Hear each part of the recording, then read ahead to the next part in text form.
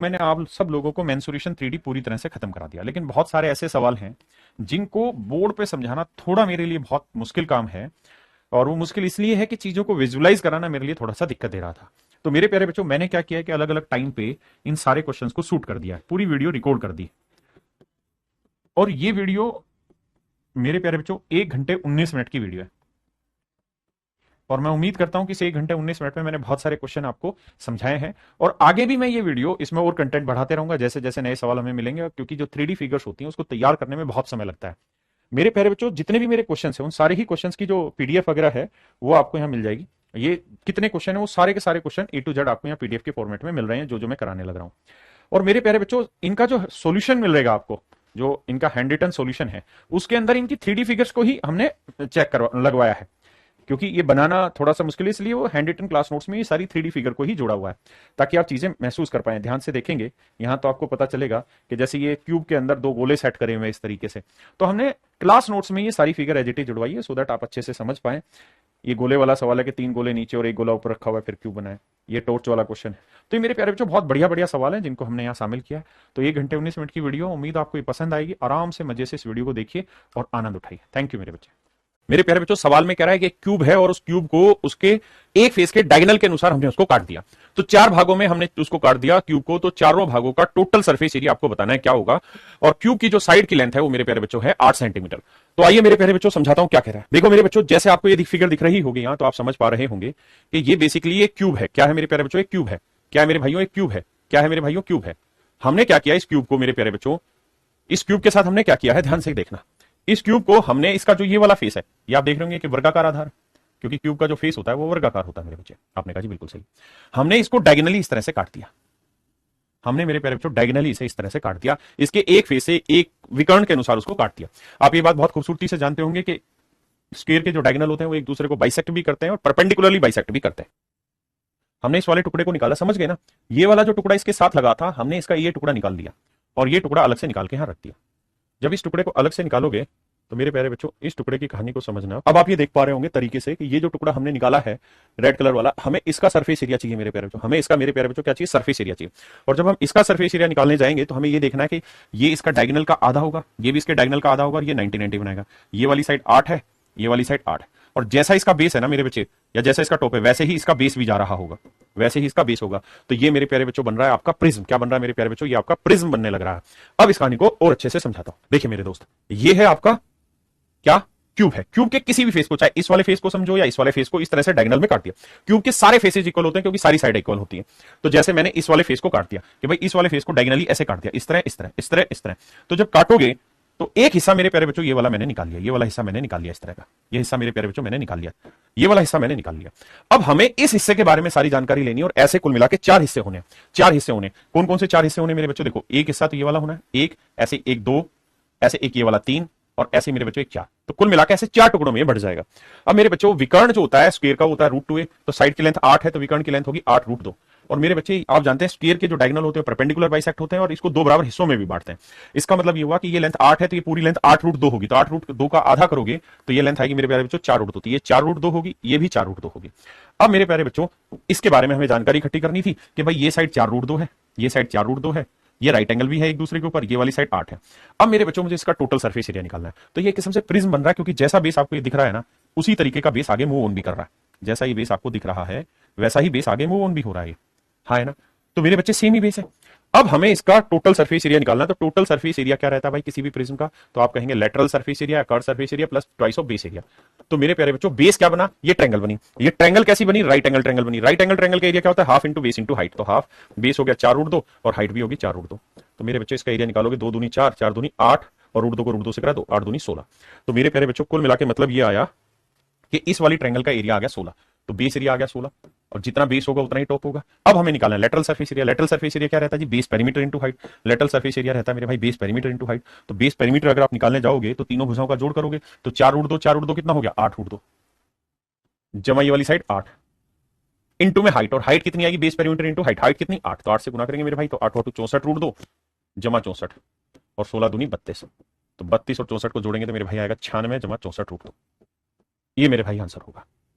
देखिए, जिनको चीजें समझ में आती है वो तो तुरंत कर लेंगे, जिनको थोड़ी कम पल्ले पड़ती है उनको चीजों को विजुलाइज करना होगा कि प्रिज्म बन कैसे रहा। मेरे प्यारे बच्चों, सवाल में कह रहा है जैसा कि आकृति में दर्शाया गया कि एक घन में एक समकोणीय त्रिभुजाकार पिरामिड काटा गया है एक्स वाई जेड भी, यानी इस कोण का एक कोना काटा गया, इस कोण का एक कोना काटा गया, ऐसे इस कोण का एक कोना काटा गया मेरे बच्चे। हाँ जी, और घन की हर एक भुजा की लंबाई 16 सेंटीमीटर है।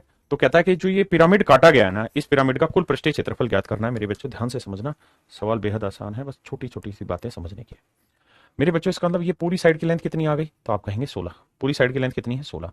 अगर पूरी साइड की लेंथ 16 है मेरे बच्चों, तो ये वाली लेंथ होगी 8, ये वाली लेंथ भी कितनी होगी 8, ये वाली लेंथ भी कितनी होगी 8।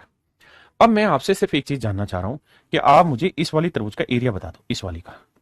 तो आप कहेंगे सर इसका बताना है तो बता देते हैं, आसान है। कैसे कि सर ये एक राइट एंगल बनेगा, ये एक राइट एंगल बनेगा, आसानी से बताया जा सकता है। और राइट एंगल बनेगा तो सर इसका बेस भी 8 होगा, क्योंकि ये पूरी लेंथ है 16, ये आधा 8 है, ये भी बेस 8 है। तो सर एरिया होता है ट्रायंगल का कितना, half into base into height, 8 गुना 8, 8 गुना 8। तो ये एरिया है मेरे बच्चे 32। मजे की बात जानते हो मेरे दोस्त क्या है, कि जितना एरिया इस वाली ट्रायंगल का होगा ना, उतना ही एरिया इस ट्रायंगल का होगा। ये भी राइट एंगल ही बन रहा है, बस 3D है इसलिए थोड़ा दूर दिख रहा है आपको। और ये भी मेरे बच्चों राइट एंगल ही बन रहा है, ये वाली त्रिभुज, ये वाली त्रिभुज। तो ये तीनों जो त्रिभुज यहां बनेंगी ना, ये भी 8 थी, ये भी 8 थी, ये भी 8, तो 3 त्रिभुज बनी, 1 2 3। तीनों त्रिभुजों का एरिया सेम होगा मेरे बच्चे, और हर ट्रायंगल के एरिया 32 है, तो 3 ट्रायंगल के एरिया होगा 32 3 96। हाँ जी, कहता जी हमने यहां से काटा और काट के से अलग निकाल दिया। अब मैं इसे 3D फिगर के थ्रू समझाता हूं कहानी क्या है। अब देखो मेरे भाई, ये कोई कोना है,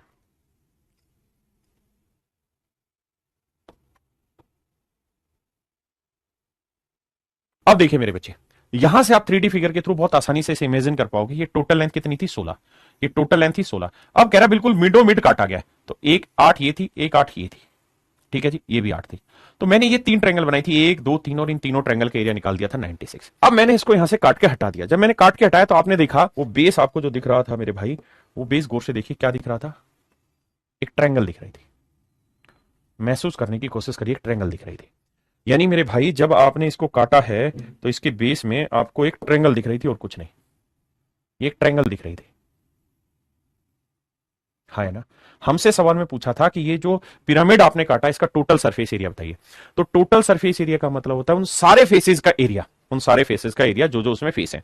तो कुल मिला के मेरे बच्चे इसके अंदर 4 फेस होंगे, 1 2, एक इसके पीछे और एक फेस वो जो सबसे नीचे है, जो ये वाला फेस है, यानी जी इसको काट के जो लेके गए, तो 4 फेसेस बने, हमें चारों फेसेस का एरिया निकालना है। अब मेरे दोस्त आप आसानी से जानते हैं,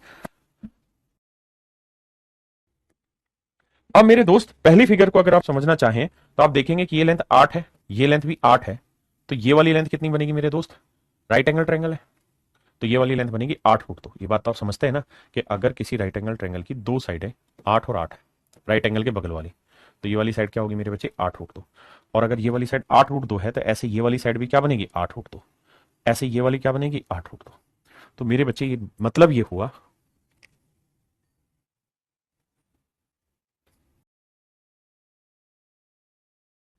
अब देखिए मेरे बच्चे, अब हमने इसको हटा दिया। तो मेरे बच्चे जो मैं आपको कहना चाह रहा हूं वो ये कि हमें इसका टोटल सरफेस चाहिए। तो टोटल सरफेस निकालते वक्त हमको क्या चाहिए, इन तीनों दीवारों का एरिया चाहिए, 1 2 पीछे वाली दीवार, और जो बटे वाली दीवार है उसका एरिया चाहिए। तो ये बनी मेरे प्यारे बच्चों बटे वाली दीवार, यानी जो सबसे नीचे दीवार है। और इस दीवार की साइड की लेंथ हमने निकाली 8 रूट 2, 8 रूट 2, 8 रूट 2। तो मेरे बच्चे इनका एरिया निकालना है। तो एरिया निकालेंगे, इक्विलेटरल ट्रायंगल बना, एरिया होगा √3/4 a²। ए की वैल्यू 8 रूट 2, तो 8 रूट 2 का वर्ग करेंगे तो 8 का वर्ग 64, रूट 2 का वर्ग 2, तो 4 से काटेंगे 16, 16 दूनी 32, तो आंसर आया 32 रूट 3। तो मेरे बच्चे सवाल ने आपसे क्या पूछा है, तो सवाल आपसे जानना चाह रहा है कि टोटल सरफेस एरिया बताए। तो इस नीचे वाले फेस का जो कटा है, जो इसके जस्ट नीचे वाला हिस्सा है, उसका टोटल एरिया आया 32 रूट 3। बिल्कुल सही है सर, उसके एरिया है 32 रूट 3। और इन तीनों दीवारों का 1 2 और ये इसके जस्ट पीछे वाली दीवार के एरिया कितना है, 96। तो जो 32 कॉमन ले लेंगे मेरे भाई, तो और चाहो तो तो यहां बचेगा √3 और यहां बचेगा 3। अब मेरे बच्चे चाहो तो √3 भी कॉमन ले लो, तो 32 √3 कॉमन ले लोगे तो यहां बचेगा 1 और यहां बचेगा √3। दोनों ही मेरे आंसर हो जाएंगे जो दे रखा होगा। हाँ जी, क्या मेरी बात समझे। और मेरे बच्चों जो ये छोटा हिस्सा हमने अलग से काटा था, इसको ध्यान से देखना रोल कैसे हो रहा है, इसको आप एनालिसिस करना कि कैसे घूम रहा है ये। मेरे प्यारे बच्चों ये हमारा पिरामिड बन रहा है, ये हमारा पिरामिड बन रहा है। तो पिरामिड के 3 वर्टेक्स हुए, 1 2 3, और सबसे चौथा जो वर्टेक्स होगा मेरे बच्चों वो होगा कौन सा, इसके नीचे वाला हिस्से का। चौथा जो वर्टेक्स होगा उसके नीचे वाले फेस का, ये वाला जो फेस है इसका। तो ये जो ब्लैक फेस आपको दिखाई दे रहा है इसके नीचे का, ये क्या है, ट्रायंगुलर शेप में। और अगर ये ट्रायंगुलर शेप में है तो मेरे बच्चों आप समझेंगे कि ये साइडें थी 8 रूट 2, ये साइड थी 8 रूट 2, ये साइड थी 8 √2।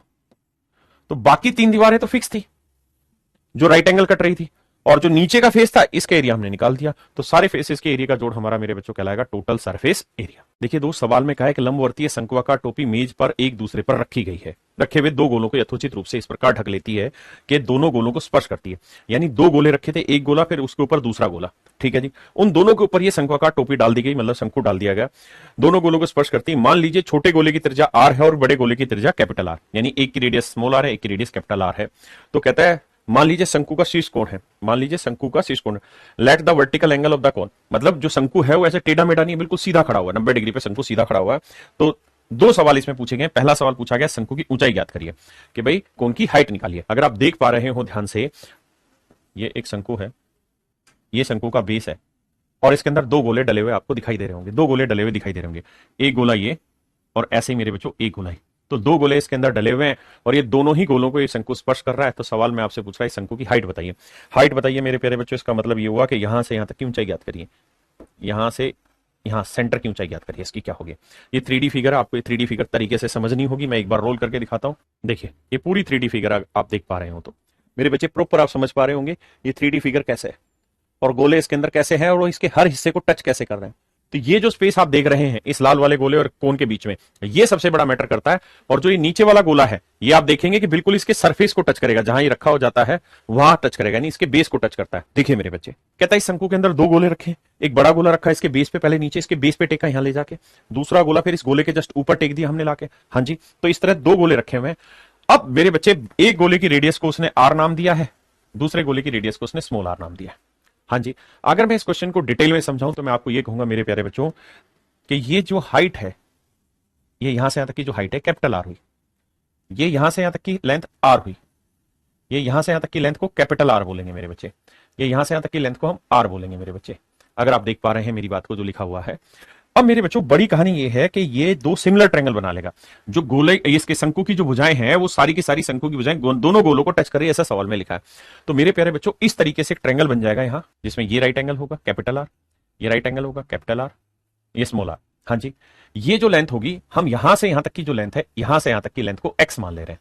तो मेरे बेटे छोटे वाली की इसकी हाइट हो जाएगी एक्स प्लस आर, यहां से यहां तक की हाइट आ जाएगी एक्स प्लस आर। जबकि मैं पूरे की अगर यहां से यहां तक की हाइट की बात करूं मेरे प्यारे बच्चों, इस पॉइंट तक की हाइट बात करूं तो X plus R plus capital R. तो ये पूरी जो हाइट आएगी मेरे प्यारे बच्चों, ये आएगी X plus R plus capital R. देख रहे हैं ना, एक्स ये वाली लेंथ मैंने यहां से यहां तक की लेंथ को मैंने एक्स माना, ये आर और ये कैपिटल आर। जब मैं यहां से इस ट्रायंगल को ऊपर घुमाऊंगा कहानी को, अब जरा ध्यान देना। अब मेरे बच्चे, अगर आप ये बात समझते हैं कि किसी लाइन के पैरेलल कोई दूसरी लाइन खींचते हैं तो 2 सिमिलर ट्रायंगल बनाता है और सिमिलर बनाता है तो हर एक करस्पोंडिंग साइड्स की लेंथ का रेशियो सेम रहता है।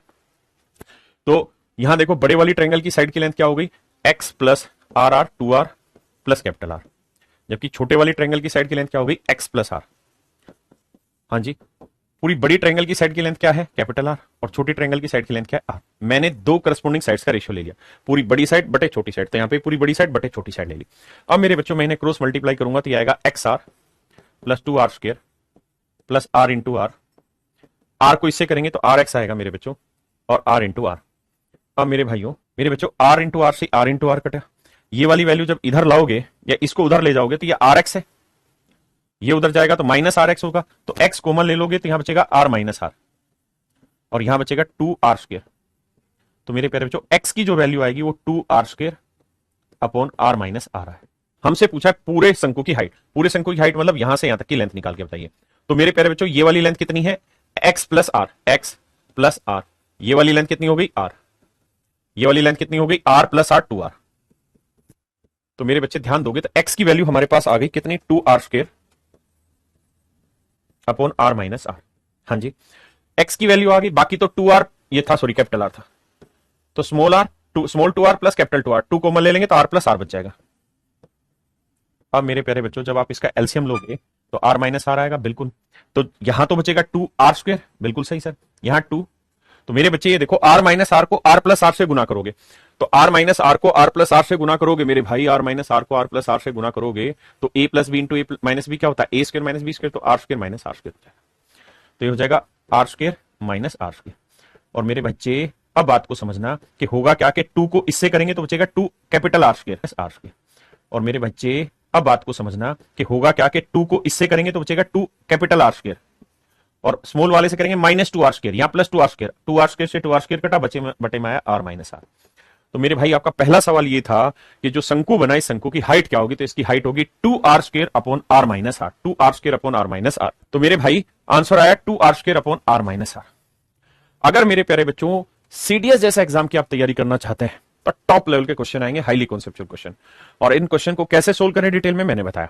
अब मेरे प्यारे बच्चों हम बात करते हैं शॉर्टकट की, कि शॉर्टकट में इन सवालों को कैसे किया जाए। मेरे प्यारे बच्चों मेंसुरेशन 2D में आपने ये रिजल्ट पढ़े होंगे, अगर आप मुझसे क्लास में पढ़ रहे हैं तो मैंने ये समझाया था कि जब भी किसी ट्रायंगल में बेसिकली कोन जो होता है वो इस तरीके से ट्रायंगल होती है, समझो ट्रायंगल को घुमा के बनाया गया होता है, कोन जो होता है ट्रायंगल को घुमा के बनाया गया होता है, और जब भी इस तरह से दो गोले शिफ्ट करे जाते हैं इसके अंदर, तो अगर इस गोले की रेडियस 3 लोगे ना तो इस गोले की रेडियस 1 लेनी होगी। ये बेसिकली 2D में एक क्वेश्चन बताया जाता है कि अगर ये कोई इक्विलेटरल ट्रायंगल है, अगर ये समबाहु त्रिभुज है और समबाहु त्रिभुज में दो गोले सेट किए हैं जो इनकी सारी साइडों को टच कर रहे हैं, ये वाला और ये दोनों साइडों को और इस गोले को, तो इनकी रेडियस की लेंथ का रेशियो 1:3 होता है। मेरे बच्चों सवाल ने बोला तो है नहीं कौन के बारे में कुछ, और जब हमें वेरिएबल आंसर दे रखा है तो वेरिएबल में को हम कैसे भी अपने तरीके से सोल्व कर सकते हैं वैल्यू पुट करके। तो आपको ये आंख बंद करके मान लेना था कि छोटे गोले की रेडियस 1 है तो बड़े गोले की रेडियस 3 है, और बस इसी के आधार पे सवाल को सोल्व कर देना था। और अगर मेरे बच्चे इस आधार पे सवाल को सोल्व करोगे तो देखो ध्यान से, अगर इस आधार पे आप सवाल को सोल्व करने जाओगे मेरे बेटे, तो ये देखना, ये लेंथ कितनी आ गई 1, ये लेंथ कितनी आ गई 1, ये लेंथ कितनी आ गई 1, हाँ जी बताते रहना बस, और कुछ है ही नहीं। ये लेंथ कितनी आ गई मेरे भाई 3, ये लेंथ कितनी आ गई मेरे भाई 3, ये यहां से यहां तक जो परपेंडिकुलर बनाएगा ये लेंथ कितनी आएगी 3, क्योंकि बड़े गोले की रेडियस 3 ले लो, छोटे गोले की रेडियस 1 ले लो। अब मेरे प्यारे बच्चों अगर आप इसे सिमिलर ट्रायंगल के थ्रू से सोल्व करेंगे तो आप जानते हैं ये रेडियस 3 है, ये रेडियस 1 है, ये वाली साइड मान लो आपको समझाने के लिए मैं समझा देता हूं x है, तो ये यहां से यहां तक की लेंथ कितनी होगी x+1, तो ये लेंथ हो गई x+1। और पूरी बड़ी ट्रायंगल की बात करें तो 1 और 1 2, 3 और 3, यहां से अगर हाइट लूं तो 3 और 1 4 और 1 5 जमा x, तो ये वाली आएगी 5 जमा x।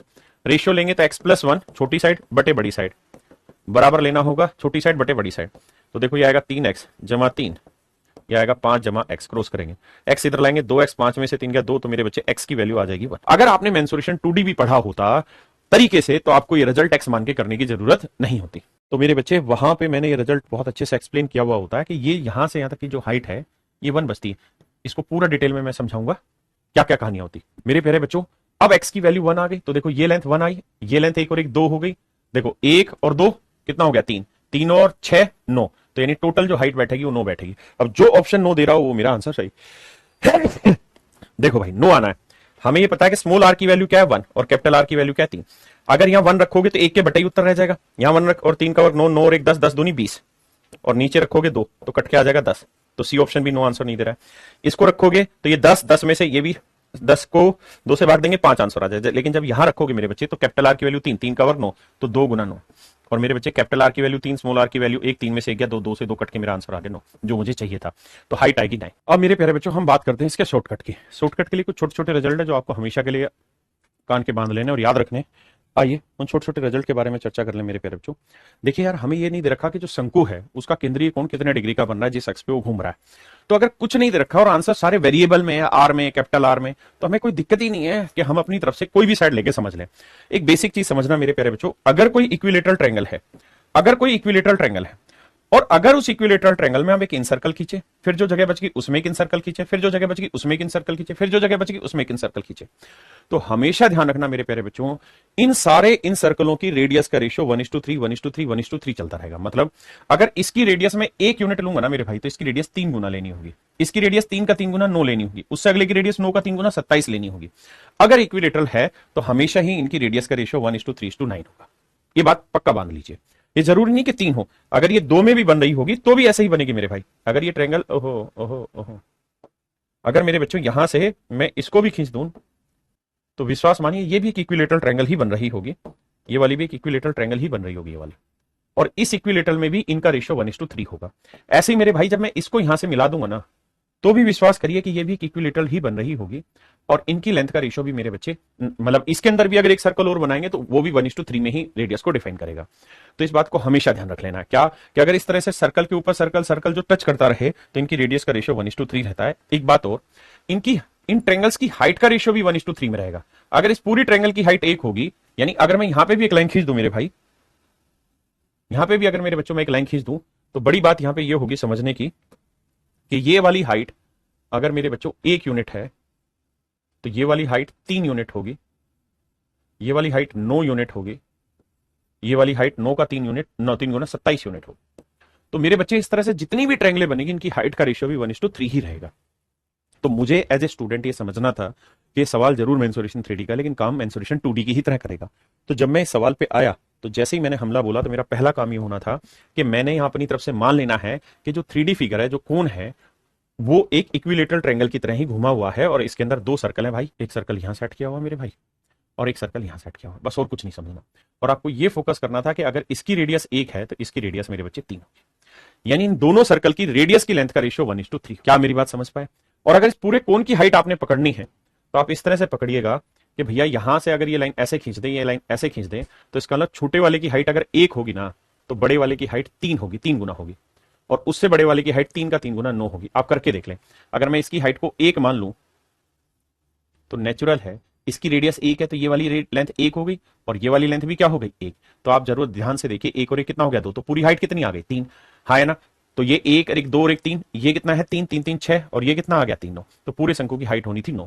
तो ये सीधा सीधा मन में मान लेना था कि अगर मेरे बच्चे इनकी रेडियस का रेशियो मैं 1:3 मान लूंगा तो इनकी हाइट का रेशियो सीधा 1:9 हो जाएगा। नहीं, सबसे छोटे टुकड़े की हाइट 1 तो पूरे शंकु की हाइट आ जाएगी 9। तो बस सीधा सा मानना था कि रेडियस 1 3 लोगे तो हाइट आएगी 9। अब देखते हैं कौन सा ऑप्शन है। जिन भाइयों को दिक्कत है जी हम वैल्यू पुट क्यों करें, तो इसलिए पुट करो मेरे प्यारे बच्चों वैल्यू, क्योंकि हमें सवाल में स्पेसिफिकली कोई एंगल मेंशन नहीं किया हुआ कि ये वाला कोण इतने डिग्री का है, तो कुछ नहीं मेंशन कर रखा था। हम अपनी मर्जी से कुछ भी मान सकते हैं, स्टैंडर्ड रिजल्ट हर एक पे वेरीफाई होगा, जस्टिफाई होगा। तो भैया अगर मैं स्मॉल आर की वैल्यू 1 रखूं तो 2 एकम 2 और नीचे भी 2 आएगा, कट के आएगा 1, यानी r माइनस आर तो 1 आया क्योंकि 3 में से गया 2।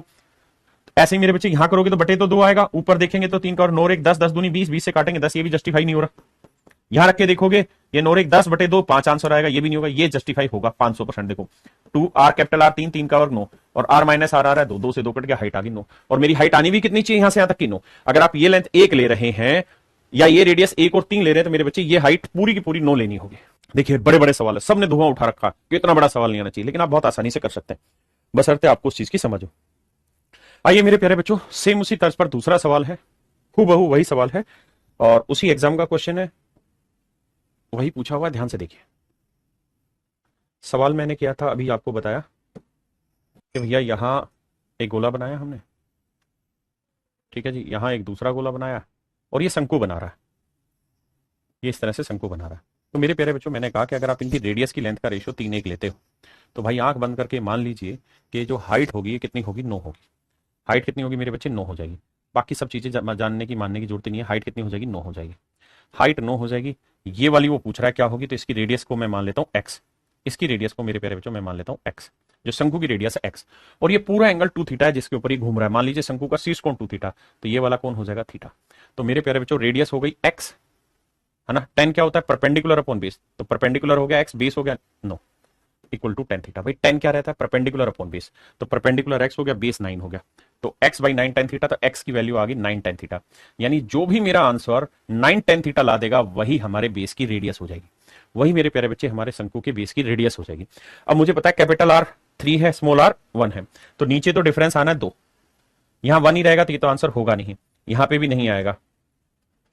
अब मेरे बच्चों यहां पे देखोगे तो 9 1 10 5, ये भी नहीं आ रहा है। यहां देखोगे तो ये मेरा आंसर आ जा रहा है, क्यों, क्योंकि 2 3 का स्क्वायर 9 tan थीटा, और नीचे मेरे प्यारे बच्चों हो क्या रहा है कि r माइनस आर की वैल्यू आएगी 2, 2 से 2 कट के 9 tan थीटा मेरा आंसर आ जाएगा। अब आगे के लिए क्या रिजल्ट इन दोनों सवालों से आपको याद रखना है, उस पर चर्चा कर लेते हैं। आगे के लिए आपने ये याद रखना है कि जब भी कोई शंकु ऐसा दे आपको, जब भी मेरे प्यारे बच्चों ऐसा कोई शंकु दे आपको और उस शंकु में कहे कि भाई 2 गोले सेट किए गए हैं, 2 गोले सेट किए गए हैं इस तरह से, और फिर आपसे चर्चा करें कि भैया इनकी radius capital R small r है, तो भैया फिर कोण के बारे में विशेष ज्ञान दे दीजिए। तो उस केस में बस आपको ध्यान रखना है कि इसकी रेडियस 3 होगी तो इसकी रेडियस 1 होगी, पूरे की हाइट 9 लेनी है। अगर पूरे की हाइट 9 लोगे तो ये 1 होगी तो ये 3 होगी, और ये वाली लेंथ भी कितनी होनी है 1। बस ये ध्यान रखना, ये हाइट 1 होगी तो ये 3 होगी तो ये 9 लेनी होगी। बस इस रिलेशन को ध्यान रखना कि अगर रेडियस का रेशियो 1 3 लोगे तो हाइट 1 3 9 लेनी। बस इतने के आधार पे सारे सवाल ब्रेक हो जाएंगे, आपको कोई दिक्कत नहीं है, बशर्ते अगर सारी वैल्यू आपको वेरिएबल में रखी हो, थीटा r कैपिटल R, तो बस इस चीज को फॉलो करना और हर एक सवाल को आप चुटकियों में सोल्व कर सकते हैं। Thank you. अब आप मुझे बताइए आपको सवाल कैसा लगा, लाइक करके और शेयर करके मेरी वीडियो। Thank you. मेरे प्यारे बच्चों, सीजीएल टायर 2 2021 मेंस में बहुत बेहतरीन सवाल है। एक बार पढ़ने की कोशिश करते हैं, आपको समझाता हूं। मेरे प्यारे बच्चों, सवाल में कह रहा है क्या कि two sphere of equal radius, समान त्रिज्या वाले दो गोले, two sphere of equal radius यानी दोनों गोले इक्वल रेडियस के आर टेकन आउट और cutting from a solid cube. कहता है एक ठोस घन से हमने इन्हें काट दिया और उस क्यूब की साइड कितनी दे रखी है मेरे प्यारे बच्चों। तो सवाल में कह रहा है कि उस क्यूब की जो साइड की लेंथ है वो है मेरे प्यारे बच्चों 12 + 4√3। 12 + 4√3, बहुत सुंदर, से काटकर निकाला गया। प्रत्येक गोले का अधिकतम आयतन ज्ञात करिए। तो मेरे बच्चे, हमें जो निकालना है वो निकालना है maximum volume of each sphere, maximum volume of each sphere, maximum volume of each sphere के हर गोले का अधिकतम आयतन निकालना है। मेरे बच्चे, अब समझना यह है कि हमें इसमें से दो गोले मैक्सिमम साइज के निकालने, तो कहां कहां से वो दो गोले निकाले जा सकते हैं। तो आइए जरा एक बार कोशिश करते हैं उस बात को समझने की कि अगर मान लीजिए एक क्यूब है और इस क्यूब से मुझे मैक्सिमम साइज के दो गोले निकालने हैं तो कहां कहां से निकाल सकते हैं। देखिए यार, एक तो तरीका यह है कि मैं एक गोला यहां निकाल लूं मैक्सिमम साइज का, देखना, फील करने की कोशिश करना और कुछ नहीं है। एक गोला यहां निकाल ले भाई जो सारे फेसेस को टच करता हो इसके, ठीक है जी। और दूसरा एक गोला इसी के जस्ट ऊपर वाला यहां निकाल ले। एक तो तरीका है ये वाला मेरे बच्चे, एक तो तरीका है ये वाला, ठीक है जी। दूसरा तरीका क्या है मैक्सिमम साइज निकालने के लिए बता रहा हूं। दूसरा तरीका फिर ये है कि मेरे भाई हम क्या करें, जो गोले सेट कर रहे हैं ना इसके अंदर, वो गोले इसके डायगोनल पे सेट करें। किस पे सेट करें मेरे बच्चे? डायगोनल पे सेट करें, इसके विकर्ण पे सेट करें। विकर्ण होता है जो एक कोने से लेके दूसरे कोने को पकड़े, इस विकर्ण पर मेरे बच्चे गोले सेट करें। तो आइए जरा इस विकर्ण पर अगर गोले सेट करें तो एक गोला मेरे बच्चों हम यहां से यहां तक सेट करते हैं। ये देखिए 3D फिगर है, मुझे भी समझाने में थोड़ी दिक्कत होगी, ठीक है जी।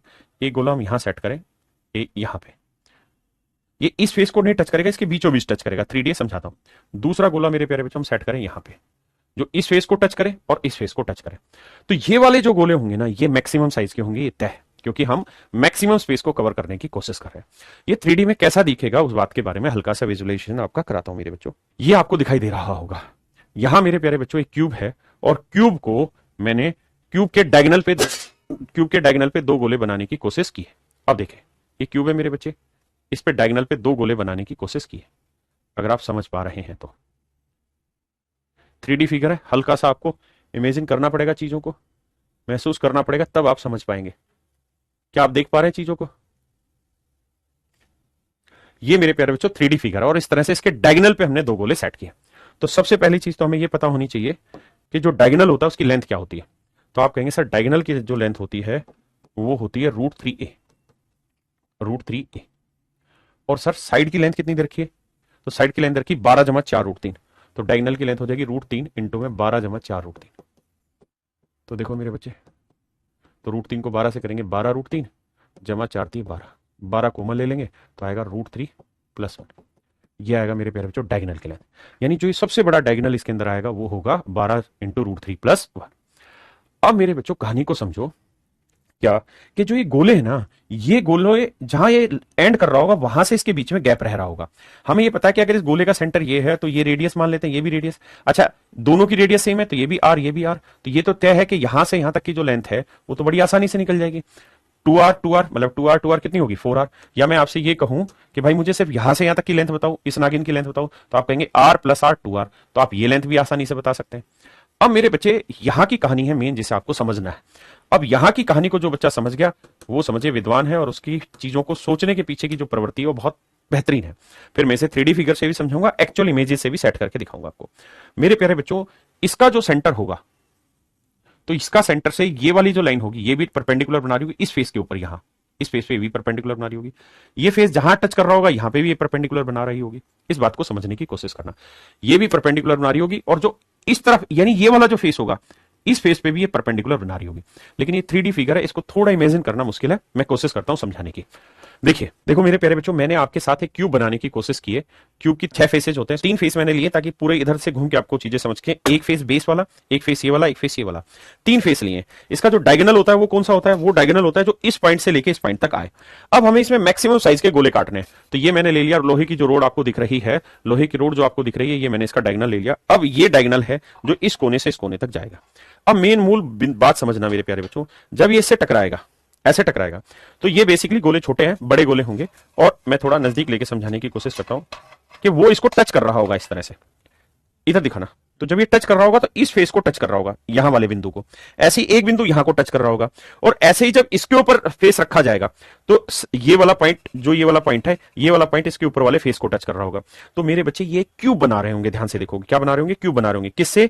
इस गोले के सेंटर से इसकी डिस्टेंस भी आर होगी, इसकी डिस्टेंस भी आर होगी, और उस पॉइंट, उस सेंटर से इसकी जो हाइट होगी वो भी आर होगी। तो मेरे प्यारे बच्चों ये क्यूब बनाने लग रहे होंगे। इस क्यूब को ही बेसिकली समझना है और कुछ नहीं समझना। क्या बना रहे होंगे? क्यूब बनाने लग रहे होंगे। अब देखो मेरे बच्चे, जैसे ये गोला है, ठीक है, इस गोले को जब मैं यहां लगाऊंगा ना तो ये तीन फेसेस टच कर रहा होगा, ये वाला फेस, ये वाला फेस और ये टॉप वाला फेस, ठीक है। जब टच कर रहा होगा ना तो जहां इसका सेंटर होगा, इस गोले का जहां सेंटर होगा, इस गोले का अगर ध्यान से देखोगे तो सेंटर में इसको दो हिस्सों में कर देता हूं और एक दूसरा कलर शामिल कर देता हूं ताकि जल्दी से आप समझ पाए। तो इसका जो सेंटर होगा ना वो यहां होगा, सेंटर यहां होगा मेरे बच्चों। तो जहां सेंटर होगा ना, इससे यहां से यहां की डिस्टेंस भी आर होगी, यहां से यहां की डिस्टेंस भी आर होगी, और यहां से ये वाली डिस्टेंस, इसकी हाइट भी आर होगी। तो ये R centimetre height, R centimetre length और आर सेंटीमीटर ब्रेड्थ का एक क्यूब बन रहा होगा, और सेंटर से ये जो डिस्टेंस होगी ये इस क्यूब का क्या होगा मेरे प्यारे बच्चों? डायगोनल होगा, ठीक है। अब इस बात को मैं अच्छे से अलग से डिफाइन करता हूं कि मेरे बच्चों जो इसका सेंटर बनेगा, जैसे गोला है, ये गोला है, ध्यान देना, एक गोला है, स्क्वायर नहीं है। और जब हम गोला कह रहे हैं तो वहां आपको बातें समझनी होंगी। अगर मेरे बच्चों स्क्वायर होता ना तो ये हो जाती रेडियस यहां से यहां तक की आर, ये हो जाती आर, ठीक है जी, ये भी आर होती, ये भी आर होती, और ये हो जाता इसका डायगोनल। इस डायगोनल की लेंथ लिख देते √2r। लेकिन समझो ये 2D फिगर थोड़ी है, तो 3D फिगर है।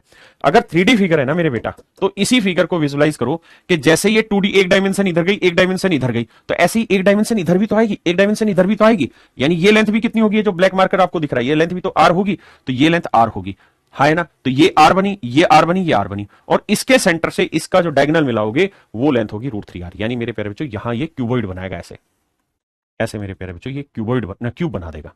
और इस क्यूब की भी अगर आप ध्यान देंगे तो ये लेंथ भी आर होगी, ये लेंथ भी आर होगी, ये लेंथ भी आर, ये भी आर, ये भी आर, और हमें इस क्यूब का निकालना है डायगोनल। तो इस क्यूब का दोस्त जानते हो डायगोनल क्या होगा?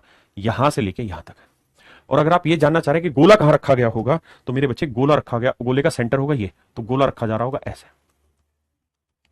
और गोला है, सर्कल नहीं है। इस गेंद को जो टच कर रहा होगा ना मेरे भाई साहब, तो एक बेस होगा, ठीक है, एक ये वाला बेस होगा, देख रहे हैं ना टू, एक ये वाला बेस होगा, एक ये वाला बेस, एक ये वाला, तो एक क्यूबॉइड बना देगा उस सिचुएशन में। और जब क्यूबॉइड बना देगा तो यहां से यहां तक की जो लेंथ होगी वो इस क्यूबॉइड का डायगोनल होगी, और अगर साइड आर है तो क्यूबॉइड का डायगोनल होगा √3r। इसका मतलब मेरे बच्चों, कहने का मतलब यहां पे ये हुआ कि ये जो लेंथ है यहां से यहां तक की, ये आर होगी, ये आर होगी, तो ये लेंथ हो जाएगी 2r, ठीक है जी। दूसरा, इसके अलावा मेरे भाई ये वाली जो लेंथ है, ये वाली जो लेंथ है, ये हो जाएगी उस क्यूबॉइड का डायगोनल √3r। ये हो जाएगी मेरे बच्चे उस क्यूबॉइड का डायगोनल √3r। और अब यहां से अगर आप विजुलाइज करना चाहें तो बहुत प्रॉपरली आप समझ पा रहे होंगे कि ये 3D कैसे फिगर बन रही है। तो ये बनेगा √3r, ये भी मेरे प्यारे बच्चों √3r बनेगा। तो इस पूरे डायगोनल की जो लेंथ होगी √3 + √3, 2√3r + 2r, 2√3r + 2r, ये होगी डायगोनल की लेंथ। मेरे बच्चे यहां से मैं 2r कोमा ले लूंगा तो ये बचेगा √3 + 1, ये होगी इस पूरे डायगोनल की लेंथ। जबकि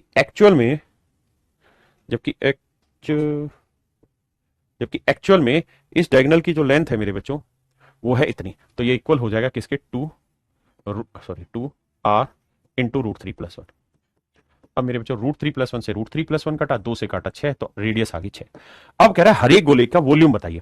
तो मेरे बच्चों आप सबसे पहले ये देखिए कि ऑप्शन कितनी कितनी दूर दे रखे हैं। अगर रेडियस हर एक गोले की 6 है तो गोले का वॉल्यूम होगा 4/3 πr3, पाई की वैल्यू 22/7, r³ मतलब 6 का क्यूब 216। अब मेरे बच्चों एक बात बताओ, काटपीट करने की बहुत ज्यादा जरूरत नहीं है, नॉर्मल से काम हो जाएगा, 3 दूनी 6। अब देखो मेरे बच्चे माफ करना, 6 दूनी 12, 12 छिक 72, बस थोड़ा सा अंदाजा लगाओ, बहुत ज्यादा दूर तक ले जाने की जरूरत नहीं है। 6 दूनी 12, 12 छिक 72, यानी इन सबका मल्टीप्लीकेशन 72 आया, और मुझे लगभग आंसर चाहिए, तो 7 से इसको काटेंगे तो लगभग मेरा आंसर 10 आएगा, लगभग मेरा आंसर 10 आया। तो 22 चौक 88 गुना 10 करेंगे तो 880 से बड़ा आंसर होना चाहिए मेरा, लेकिन नजदीक इसी के हो। तो 880 से नजदीक और इससे बड़ा आंसर कौन सा है? ये बहुत बड़ा है, ये बहुत छोटा है, ये बहुत बड़ा है, तो 880 के नजदीक मेरे प्यारे बच्चों ऑप्शन सी है। अगर आपका यहाँ में एक्यूरेट निकालना है तो कोई गुनाह ही नहीं है, आप सबको मल्टीप्लाई करिए, भाग दीजिए, आपको एक्यूरेट आंसर मिल जाएगा। तो मेरे प्यारे बच्चों इतना जबरदस्त सवाल है, इसको अगर आप समझना चाहते हैं तो जब तक आप इसको विजुलाइज नहीं करेंगे, चीजों को अपने तरीके से समझेंगे नहीं, महसूस नहीं करेंगे, आप समझ नहीं पाएंगे, कर नहीं पाएंगे। थैंक यू मेरे प्यारे बच्चों। ऐसे और सवालों के लिए आप मेरे सोशल मीडिया हैंडल पर जुड़ सकते हैं, और और ऐसे बेहतर बढ़िया से बढ़िया सवालों का इसी तरह 3D एक्सप्लेनेशन जान सकते हैं। Thank you. मेन चीज आप ध्यान रखिएगा, जब तक फील नहीं करेंगे तब तक आप उस पर सोच नहीं पाएंगे, और जब तक सोचेंगे नहीं तब तक उस पर बनने वाले नए सवालों का जवाब आप बहुत आसानी से नहीं दे पाएंगे। Thank you. Have a nice day to everyone. मेरे प्यारे बच्चों, ये क्वेश्चन है CDS 2022 का सेकंड का क्वेश्चन। ये कह रहा है कि R त्रिज्या वाली 4 समान अभिन्न गेंदों में से 3 गेंदों को एक समतल पर इस प्रकार रखा गया कि प्रत्येक गेंद अन्य 2 गेंदों को स्पर्श करती है। आउट ऑफ 4 आइडेंटिकल बॉल्स, यानी चारों की चारों बराबर गेंदें हैं, ऑफ रेडियस R, हर एक गेंद की जो रेडियस है वो R है, 3 balls are placed on a plane such that each ball touches the other 2 balls. कहता है 3 गेंदें, जैसे मेरे बच्चों ये 3 गेंदें, इस गेंद को मैं हटा लेता हूं, ये 3 गेंदें, ध्यान से देखना। तो ये 3 गेंदें जो हैं, ये तीनों गेंदें इस तरह से एक दूसरे को टच कर रही हैं कि हर गेंद बाकी 2 को टच करे। क्लियर है यहां तक का कॉन्सेप्ट? हर गेंद बाकी 2 को टच करे, इस तरीके से 3 गेंदें प्लेस की गई हैं। अब अगली लाइन में क्या कह रहा है? अगली लाइन में कह रहा है कि चौथी गेंद को, कहता जी चौथी गेंद को इस तरीके से प्लेस किया गया है कि यह गेंद सभी तीनों गेंदों को स्पर्श करे। तो कह रहा है कि the fourth ball is placed on them such that this ball touches all the 3 balls. कहता है ये चौथी गेंद जो रखी गई है इस तरह से, ये ऐसी गेंद रखी गई है जो इन तीनों गेंदों को टच करे। ये नीचे की तीनों गेंदें एक दूसरे को टच कर रही थी, अब ये गेंद ऐसी रखी गई जो इसके बिल्कुल टॉप पे, जो इन तीनों गेंदों को टच करे। अब सवाल में कह रहा है तो चौथी गेंद के केंद्र से की समतल से दूरी ज्ञात करिए। तो कहता है चौथी गेंद की बेस से डिस्टेंस निकाल के बतानी है क्या होगी। मेरे प्यारे बच्चों, बहुत ही खूबसूरत सवाल। मेरे प्यारे बच्चों, अब ध्यान से मेरी बात समझिए। इस सवाल में जब तक आप इसकी फिगर को एनालिसिस नहीं कर पाएंगे ना माइंड में कि एक्चुअल में फिगर क्या बन रही है, तब तक आप इस सवाल के सॉल्यूशन की तरफ भी नहीं जा सकते। मेरे भाई, इसके अंदर 3 गेंदें हैं और ये 3D फिगर है, 2D फिगर है नहीं। ऐसे ये 3 गेंदें हैं, ये 3 गेंदें मेरे बच्चे, अगर आप देख पा रहे हो, 1 2 3 और ये चौथी गेंद, ये चारों इस तरीके से एक दूसरे के ऊपर रखी हुई है और चारों एक दूसरे को टच कर रही हैं। मेरे बच्चे, बहुत ही मेहनत से ये काम हमने किया हुआ। अब आप मेरे बच्चों देख पा रहे होंगे इसे, तो कहानी को समझिए। ये 3 गेंदें हैं, 1 2 3, ये एक दूसरे को टच कर रही है और ये चौथी गेंद है जो इनके ऊपर रखी गई, और ये गेंद ऐसे रखी गई मेरे बच्चे जो इन तीनों गेंदों को टच करे। तो सवाल में ये पूछ रहा है कि इसके सेंटर से यहां जो इसका फर्श होगा, यानी जो फर्श होगा जिसके ऊपर ये गेंदें रखी, उसकी दूरी कितनी होगी। तो मेरे प्यारे बच्चों, ये हमारा सवाल है। अब जरा ध्यान से देखना मेरे बच्चों, मैं इस फिगर को दोबारा से घुमाता हूं और आपको महसूस होगा हो क्या रहा है। बेसिकली नीचे 3 स्फीयर है मेरे बच्चों, 3 क्या है? स्फीयर है, और तीनों स्फीयर इस तरीके से बना रखे मेरे बच्चे, ऐसे है। तो मेरे प्यारे बच्चों, मेन चीज क्या है कि हमें यह समझना है कि जब आप इन तीनों के सेंटर को मिलाओगे, तीनों नीचे वाले स्फीयर के सेंटर को मिलाओगे तो इक्विलेटरल ट्रायंगल बनेगी, एक इक्विलेटरल ट्रायंगल बनेगी, एक समबाहु त्रिभुज बनेगी। और मेरे बच्चे, चारों के चारों जो गोले हैं ना, चारों के चारों जो गोले हैं वो इक्वल रेडियस के हैं। तो अगर यहां एक इक्विलेटरल ट्रायंगल बन रही है नीचे, तो इन 3 गोलों को जब देखोगे ना, इनको, तो ये भी एक इक्विलेटरल ट्रायंगल ही बनाएगा, ये भी मेरे बच्चों एक इक्विलेटरल ट्रायंगल ही बनाएगा, और मेरे बच्चे जो लास्ट इसके पीछे हिस्सा दिख रहा है, ये भी मेरे भाइयों एक इक्विलेटरल ट्रायंगल ही बनाएगा। ये मैं आपको कहना चाह रहा हूं, हाँ है ना। थोड़ा बड़ा करके फिर से समझाता हूं, इस बात को समझने की कोशिश करो, अब आपको ज्यादा बेटर तरीके से दिखाई दे रही होगी कि हाँ बेसिकली एक टेट्राहेड्रन बन गया मेरे बच्चों। क्या बन गया मेरे प्यारे बच्चों? टेट्राहेड्रन बन गया। अगर इनके सारे सेंटर्स को हम मिलाएं तो कैसे टेट्राहेड्रन बन गया वो समझाता हूं। टेट्राहेड्रन में क्या होता है मेरे प्यारे बच्चों, कि जो बेस होता है वो एक इक्विलेटरल ट्रायंगल होती है। यानी ये मेरे प्यारे बच्चों, मान लीजिए बेस है, तो बेस एक इक्विलेटरल ट्रायंगल है, इसकी सारी साइडें ए है, हाँ है ना। और इसकी जो साइडें बन रही हैं, ये भी मेरे प्यारे बच्चों इक्विलेटरल ट्रायंगल ही बना रही हैं, ये भी इक्विलेटरल ट्रायंगल ही बनाने लग रही हैं। तो ये भी मेरे प्यारे बच्चों एक टेट्राहेड्रन बन रहा है। यहां पे भी ध्यान से देखोगे तो टेट्राहेड्रन ही बन रहा है। टेट्राहेड्रन क्या होता है? जिसमें हिंदी में बोलते हैं समचतुष्फलक। हिंदी में क्या बोलते हैं मेरे प्यारे बच्चों? इसे टेट्राहेड्रन को समचतुष्फलक, टेट्राहेड्रन, टेट्राहेड्रन हिंदी में बोलते हैं समचतुष्फलक, जिसके 4 समान फलक हो। तो मेरे बच्चों, अगर आप यहां ध्यान से देखेंगे तो इसमें 4 इक्वल फेसेस बने। कौन कौन से? ये वाला फेस इक्वल बना, ये वाला फेस इक्वल बना, ये वाला फेस इक्वल बना, और सबसे पीछे वाली जो ट्रायंगल बन रही है उसका भी फेस मेरे बच्चों इक्वल ही बने, हाँ है ना। आप इस पॉइंट को समझ पा रहे हैं या नहीं? तो मेरे प्यारे बच्चों, अगर आप ध्यान से देख रहे हो तो यहां अब इस फिगर में आपको बिल्कुल कॉन्सेप्ट क्लियरिटी और एक एक चीज समझ में आ रही है कि ये प्रॉपर एक टेट्राहेड्रन बन रहा है। इसके 4 फेसेज है। कितने फेसेज है? 4 फेसेज है। एक फेस तो ये वाला जहां मेरा पेन चल रहा है, सबसे नीचे वाला। दूसरा फेस है मेरे बच्चों ये वाला, जहां अब मेरा पेन जा रहा है, ये वाला। तीसरा फेस है मेरे बच्चों ये वाला, जहां मेरा पेन जा रहा है।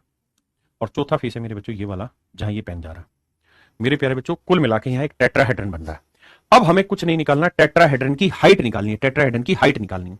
जो टेट्राहेड्रन की हाइट होगी उसमें हमने बस ये ग्राउंड से ये वाली रेडियस कितनी ऊपर होगी? R रेडियस है, तो इसका मतलब ये ग्राउंड से R रेडियस ऊपर ये गोला होगा। जैसे मेरे प्यारे बच्चों ध्यान से देखोगे तो ऐसे 3 गोले रखे हुए हैं नीचे, और चौथा गोला उसके ऊपर रखा हुआ है। तो हमें इस गोले से, यहां से तो इसकी ट्रायंगल बनी जहां मेरा अंगूठा ये वाला, यहां से तो ये टेट्राहेड्रन बन रहा है, और ये टेट्राहेड्रन का बनेगा टॉप। और वो हमसे पूछ ही रहा है कि टेट्राहेड्रन के टॉप की बॉटम से हाइट बताओ। तो बस जो हाइट होगी ना उसमें ये वाली हाइट हमें और जोड़ देनी है, यानी ये वाली हाइट नीचे की और जोड़ देनी है, तो ये पूरी उसकी बॉटम से टॉप की हाइट आ जाएगी। हाँ है ना। तो मेरे बच्चे हमें बस ये हाइट यहां से यहां तक की, अगर ये ग्राउंड है तो ग्राउंड से ये वाली हाइट हमें और जोड़ देनी है इसके अंदर। अब सवाल की भाषा आपको समझ में आ गई होगी। अब आप सारी कहानी समझ गए। अब मेरे बच्चों ये बताइए, यहां पे ये जो इक्विलेटरल ट्रायंगल बनी, हर एक की रेडियस आर है, इसकी भी रेडियस आर है, इसकी भी रेडियस आर है, तो इस इक्विलेटरल ट्रायंगल की साइड क्या होगी 2r। इक्विलेटरल ट्रायंगल की साइड क्या होगी 2r। और अगर इक्विलेटरल ट्रायंगल की साइड 2r हुई तो मतलब ए की लेंथ आपके पास आ गई, कितनी है सर 2r है। और टेट्राहेड्रन की हाइट क्या होती है मेरे बच्चों, तो आप कहेंगे टेट्राहेड्रन की समचतुष्फलक की हाइट होती है √2 / √3a। बिल्कुल सही बात है सर। अब मेरे बच्चों अगर थोड़ा सा दिमाग दौड़ाओगे तो √2 / √3, ए की वैल्यू है 2r, बिल्कुल सही। अब ये आ जाएगी मेरे बच्चे यहां से लेके यहां तक की हाइट, सेंटर से लेके स्टॉप तक की हाइट। और मैंने कहा कि जो ये उसने पूछा कि भाई इसके टॉप के केंद्र से जमीन की ऊंचाई बताओ, तो जमीन तो इससे आर सेंटीमीटर नीचे, सेंटर से जहां ट्रायंगल बन रही है, जहां ट्रायंगल बन रही है उससे आर नीचे, यानी इससे आर नीचे और है ट्रायंगल, मतलब वो बेस, तो आर और जोड़ देंगे तो ये आ जाएगी चौथी गेंद की केंद्र की समतल से दूरी। कहता है what is the distance of centre of fourth ball from the plane. ये प्लेन से कितनी दूरी पे, जैसे मैं ये कहूं कि इस गोले का जो सेंटर है, इस गोले का मेरे बच्चों जो सेंटर है, इस गोले का जो सेंटर है वो प्लेन से यानी समतल से कितना ऊपर है, तो आप कहेंगे 8 सेंटीमीटर ऊपर होगा इसका सेंटर। हाँ ना, 8 सेंटीमीटर मेरे बच्चों ऊपर होगा इसका सेंटर। समझ रहे मेरी बात। तो बस हमें वो आर इसके अंदर जोड़ देना है, और देखिए चुटकियों में आपका आंसर आ गया। एलसीएम ले लेंगे मेरे भाई, तो एलसीएम आ जाएगा √3 नीचे, यह आ जाएगा 2√2r प्लस √3r। ये मेरे बच्चे आंसर आ गया। और समझदारी का काम करोगे तो आर कॉमन लेके बाहर रख दो, आपका आंसर आ गया। आर कॉमन ले दीजिए मेरे बच्चे, ऑप्शन टी है। हम माथा रगड़ते रह जाएंगे, सवाल का आंसर नहीं निकलेगा।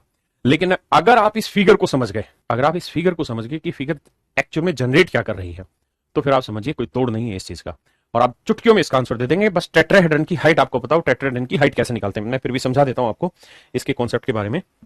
बाकी मैं अपनी क्लास में ये बातें बताता ही हूं बच्चों को। टेट्राहेड्रन होता है जिसके 3 फेसेस होते हैं, तो इसकी ये लेंथ भी ए होगी मेरे बच्चों, ये लेंथ भी ए होगी, ये लेंथ भी ए होगी। इसे हम कहते हैं टेट्राहेड्रन समचतुष्फलक।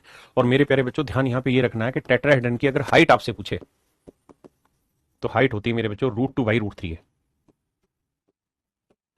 अगर आपकी स्लेंट हाइट इसमें पूछे, यानी एल, एल माने स्लंट हाइट, स्लेंट हाइट आपसे पूछे तो ये होगी मेरे बच्चे √3 / 2a। अगर इसमें स्लंट एज पूछे मेरे बच्चे, स्लेंट एज हिंदी में से कहते हैं त्रियक किनारा, त्रियक किनारा, तो ये ए ही रहता है, यही त्रियक किनारा होता है मेरे बच्चों, यही वाली लेंथ त्रियक किनारा होती है। स्लेंट हाइट क्या होती है, जो त्रियक ऊंचाई, हिंदी में कहते हैं त्रियक ऊंचाई, त्रियक ऊंचाई मेरे बच्चे, ये त्रियक किनारा। अब आते हैं अगले पे, ये सर इसकी हाइट क्या होगी √2 / √3 है। अगर इसका लेटरल सरफेस एरिया पूछे, वक्र पृष्ठीय क्षेत्रफल पूछे या कर्व सरफेस एरिया, जो भी आपसे बोल रहे, तो वो हो जाएगा मेरे बच्चे 3√3/4a²। इससे अगला स्टेप होगा मेरे प्यारे, जो टोटल सरफेस एरिया वो रहता है √3a²। मेरे बच्चे इसमें पूछता है वॉल्यूम बताइए, तो वॉल्यूम पूछेगा क्या, तो वॉल्यूम होगा √2 / 12a³। ये मेरे प्यारे बच्चों मेरा आंसर होगा। ये बेसिक इंफॉर्मेशन है। टीचर आपके साथ क्या करेगा कि क्लास में इसके फॉर्मूले लिखवा देगा। मैं क्लास में इसको एक एक चीज को बहुत डिटेल से समझाता हूं, इसी तरह 3D फिगर की मदद से, ताकि बच्चे का विजुअलाइजेशन मजबूत हो जाए। अगर आपका विजुअलाइजेशन मजबूत हो गया ना मेरे भाई, फिर आप ऐसे सवालों को बड़ी आसानी से पकड़ जाएंगे जो ये सवाल है। वरना सीडीएस में बच्चे लगे रहेंगे और ये सवाल नहीं होंगे। सेम यही मींस का, अगर एसएससी मींस का लेवल उठा तो इस तरीके के अच्छे अच्छे सवाल आएंगे, वहां बच्चा विजुअलाइज ही नहीं कर पाएगा। हम उस तरीके से पढ़ाते हैं, हाँ है ना। तो मेरे प्यारे बच्चों ये सारी कहानी है। अगर आप इसी तरीके से और बढ़िया बढ़िया क्वेश्चन का एक्सप्लेनेशन चाहते हैं तो आप मेरे सोशल मीडिया अकाउंट से जुड़ सकते हैं। मेरा व्हाट्सएप चैनल है, उस व्हाट्सएप चैनल पर आप आ सकते हैं और वहां पर मैं ये सवाल डालता हूं आप सबके लिए और एक सर्टेन टाइम देता हूं सवाल को सोल्व करने के लिए, फिर उसका वीडियो एक्सप्लेनेशन आपके साथ शेयर करता हूं। अगर आप चाहते हैं हमारी ये कोशिश जारी रहे और आपके साथ जितने प्रीवियस ईयर के अच्छे अच्छे क्वेश्चन है वो क्वेश्चन मैं इसी तरीके से पूरा डिटेल एक्सप्लेन करूं, तो आप मेरे यूट्यूब चैनल पर मुझे सब्सक्राइब कर सकते हैं। मेरे सोशल मीडिया अकाउंट चाहे इंस्टाग्राम हो या मेरा व्हाट्सएप चैनल हो या टेलीग्राम, सब पर आप मुझे सब्सक्राइब कर सकते हैं। Thank you. मेरे प्यारे बच्चों, आप सभी को नमस्कार। ये जो सवाल है ये एसएससी सीजीएल मींस 2016 का क्वेश्चन है और मैं जो अपने व्हाट्सएप चैनल पे जितने भी क्वेश्चन डाल रहा हूँ वो सीजीएल के सीडीएस के मोस्टली क्वेश्चन पिक कर रहा हूँ जो अच्छे अच्छे सवाल है। आइए देख, सवाल में कह रहा है एक बेलन जिसकी त्रिज्या 4.5 सेंटीमीटर और ऊंचाई 12 सेंटीमीटर है कोई एक अन्य बेलन में उनके अक्षों के लंबत पूरी तरह से समाहित किया जाता है। कहता है बेलन का जो एक्सिस है उसमें उसको पूरी तरीके से फिट किया जाता है एक बेलन को जिसकी रेडियस 4.5 सेंटीमीटर है और मेरे बच्चे हाइट है 12 सेंटीमीटर। तो कहता है जी जो बड़ा बेलन है उसकी रेडियस बतानी है हमें क्या होगी, ये मेरे सवाल का आंसर है। अगर मैं आपको 2D फिगर की तरह समझाऊं तो ये समझिए कोई बड़ा बेलन है, इसकी रेडियस को मैं कैपिटल आर मान लेता हूं, तो ये बड़ा बेलन है और इसके अंदर मैंने छोटा बेलन इंसर्ट किया है। इस बेलन की रेडियस दे रखी है हमें, इस बेलन की पूरी की हाइट दे रखी है हमें। तो कह रहा है इस बड़े वाले बेलन की रेडियस बताइए क्या होगी। आप ये सोच रहे होंगे कि जब हम इसके अंदर डाल रहे हैं तो ये सारा स्पेस हमारा वेस्ट जा रहा है, नहीं ऐसा नहीं है। बेसिकली क्या होता है कि जब गोलाई की चीजें होती है ना और उसके अंदर हम कोई चीज फिट करते हैं तो ये बेलन इसके इन किनारों को टच कर रहा होगा, हाँ है ना, इन किनारों को टच कर रहा होगा सारों को, मेरी बात समझ रहे हैं, और ये टॉप वाला हिस्सा आपको खाली रह जाएगा। तो ये जो फिगर आपको दिख रही है इस फिगर में आप देखेंगे इसके अंदर मेरे प्यारे बच्चों हमने ये बेलन सेट किया हुआ। जब ये बेलन आप सेट करने की तरफ देखेंगे ध्यान से तो ये बिल्कुल इसके बीचों बीच आ रहा होगा। अब इस फिगर को समझने की कोशिश करिए, यहां से आप इसको बहुत अच्छे से रीड कर पाएंगे कि इसके जो कोने हैं मेरे बच्चे, यानी ये कोना इसको टच कर रहा होगा, इसको टच कर रहा होगा, ऐसे एक कोना इसको टच कर रहा होगा, एक कोना इसको टच कर रहा होगा मेरे बच्चे, हाँ है ना। और ये स्पेस हमेशा ही खाली रह जाएगा, ऊपर वाला इसको टच कर रहा होगा, एक कोना इसको टच कर रहा होगा मेरे बच्चे, हाँ है ना। और ये स्पेस हमेशा ही खाली रह जाएगा ऊपर वाला, क्योंकि ऊपर से गोल है और ये फ्लैट सरफेस है। तो फ्लैट सरफेस और गोल सरफेस एक दूसरे को कैसे पूरी तरह टच कर सकते हैं, मेरी बात समझे या नहीं समझे, हाँ है ना। क्या मेरी बात समझ पाए, क्लियर है भाई। तो ये वाला स्पेस ऊपर भी और ये वाला स्पेस मेरे प्यारे बच्चों थोड़ा सा नीचे भी हमेशा ही खाली रहेगा आपको समझने के लिए। अब मेरे बच्चों सवाल ने कहा है कि इस बेलन की जो रेडियस है वो 4.5 सेंटीमीटर और हाइट 12 सेंटीमीटर और ये बिल्कुल बीचों बीच रखा जाएगा। इसका मतलब ये लेंथ कितनी होगी इसकी मेरे बच्चे 6 सेंटीमीटर, ये लेंथ होगी 6 सेंटीमीटर। और ये जो कोना होगा ना, ये कोना टकरा रहा होगा बेलन से, ये कोना टकरा रहा होगा बेलन से, तो ये वाली जो होगी ये बड़े वाले बेलन की रेडियस होगी मेरे प्यारे बच्चों, ये होगी बड़े वाले बेलन की रेडियस। ये मेरे प्यारे बच्चों जो सेंटर पॉइंट है ये वाला, क्योंकि हमें तो इसकी हाइट दे रखी थी 12, आपने कहा जी सही है 12 है, तो ये वाली हाइट क्या हो गई 6, ये वाली लेंथ दे रखी 4.5 बिल्कुल। और मेरे बच्चे ये बिल्कुल सेंटर में रखा होगा, तो सेंटर से ये बेलन का कोना है या बेलन का कोई भी सरफेस है जिसको टच कर रहा है, तो ये क्या कहलाएगी बेलन की रेडियस, ये क्या कहलाएगी बेलन की रेडियस। बस यही मेन पॉइंट था जो आपको समझना था और इस सवाल में कुछ है ही नहीं समझने का खास। तो ये बेलन की रेडियस होगी, ये राइट एंगल ट्रायंगल तैयार कर रहा होगा। देखिए यार अगर मैं स्टूडेंट हूं तो मुझे ये बात पता है कि ये 4.5 ये 6 है, राइट एंगल ट्रायंगल में सबसे बड़ी साइड हाइपोटेन्यूस होती है, तो जो बेलन की रेडियस है वो 6 और 4.5 दोनों से ही बड़ी होगी। तो एक काम तो था मेरे बच्चे ऑप्शन से सोल्व करने का क्वेश्चन को कि 6 और 4.5 से बड़ा मेरा आंसर होना चाहिए, तो 5 मेरा आंसर किसी भी हालत में नहीं हो सकता, 6 मेरा आंसर किसी हालत में नहीं हो सकता, 15 या 7.5 में से मेरा कोई एक आंसर होगा। 15 आप भी जान रहे हैं 6 और 4.5 से 15 बनेगा नहीं किसी भी हालत में।